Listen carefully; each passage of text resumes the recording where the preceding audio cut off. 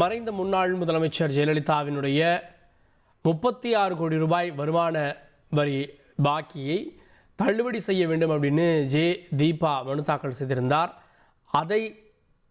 அந்த மனு தள்ளுபடி செய்யப்பட்டிருக்கிறது. வருமான வரித்துறை ஏற்கனவே அந்த 36 கோடி ரூபாய் வருமான வரியானது 13 கோடி ரூபாயாக குறைக்கப்பட்டுள்ளது. இதற்கு மேற்பட்ட நிவாரணத்தை அவருக்கான வாய்ப்புகள் மூலமாக அவர் ஏற்படுத்தி கொள்ளலாம் அப்படின்ற விஷயங்களை வருமான வரித்துறை தரப்பு தெரிவித்திருக்கிறது. அதனை சற்று முன் கிடைத்த செய்தியாக பார்த்து வருகிறோம்.